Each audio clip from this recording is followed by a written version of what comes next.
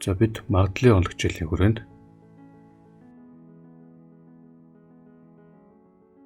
эдгээр сэдвүүдийг үзэх болно.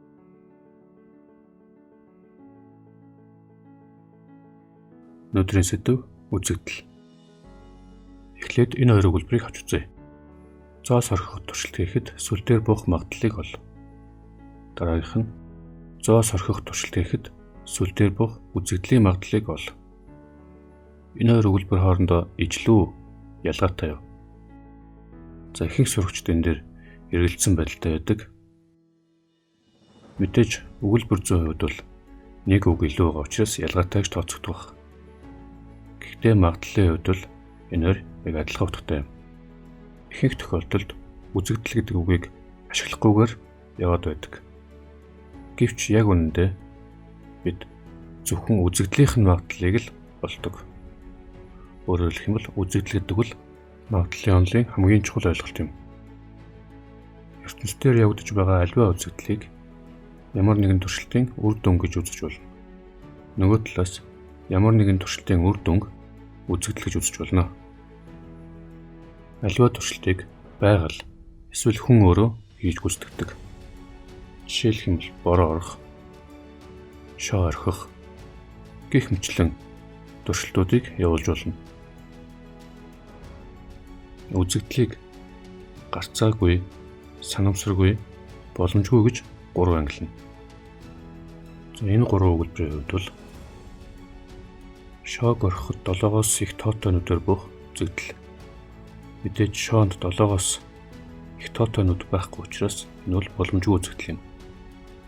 Харин шоо орхиход 8-аас бага тоотойнуудаар бух үзэгдэл. Мэдээж шооны бүх нүд нь 8-аас бага учраас энэ бол гарцаагүй үзэгдэл бол. Шоо орхиход 4 нүдтэй талаараа бух үзэгдэл гэвэл энэ явагдаж болно, явагдахгүй ч болох учраас санамсаргүй үзэгдэл юм. Үзэгдэл болон түүн дээрх үйлдэлүүд нь олонлог дээр хүлээлттэй ижлэгэн байдаг тул үзэгдлийг олонлог хэмээн төсөөлж олонлогийн онолдох нэг томьёог ашиглах болно. Тухайн туршилтын хувьд илэрч болох бүх үр дүнгуудын нэгдлийг уг туршилтын үзэгдлийн огторгуй гэж нэрлэнэ.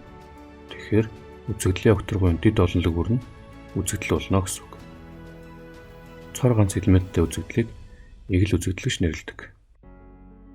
За жишээлбэл шоо явах туршилтын хувьд шоо 1, 2, 3, 4, 5, 6 нүдээр бух боломжтой. За энэ бол үзэгдлийн огторгуйн бөгөөд өвөн дотор бүх үзэгдлүүд нь багтсан байна. Тухайлбал тэгш тоотойнуудаар бух үзэгдэл, 3-аас бага тоотойнуудаар бух үзэгдэл, 3-т хуваагддагнуудаар бух үзэгдэл, яг 4-өөр бух үзэгдэл гэх мэтлэн үзэгдлүүд энэ огторгуй дотроо багтана. Цор ганц элементтэй. Энэ бол эгэл үзэгдэл юм. Өөрөөр хэлбэл шоог нэг удаа орхих туршилт яг 6 ширхэг эгэл үзэгдэлтэй байна. Үзэгдлийн огторгуйг грек цагаан толгойн том омега өсгөр тэмдэглэдэг. Харин үзэгдлүүдийг латин цагаан толгойн том өсгүүдэд тэмдэглэдэг. Аливаа үзэгдлийн элементийн тоо буюу эгэл үзэгдлийнхэн тоог уг үзэгдлийн чадал гэж нэрлэнэ. Жишээлбэл шоо аяг туршилтын тэгш тоогоор бух үзэгдлийг А гэж тэмдэглэе. Түүний чадал нь 3 байна. Харин энэ үзэгдлийг Б гэж тэмдэглэвэл түүний чадал нь 2.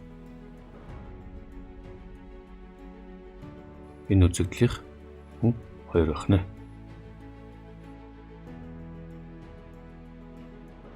Магадлалын бодлогуудын хамгийн хүндрэлтэй зүйл нь үзэгдлийнхаа чадлыг тооцох явдал байдаг.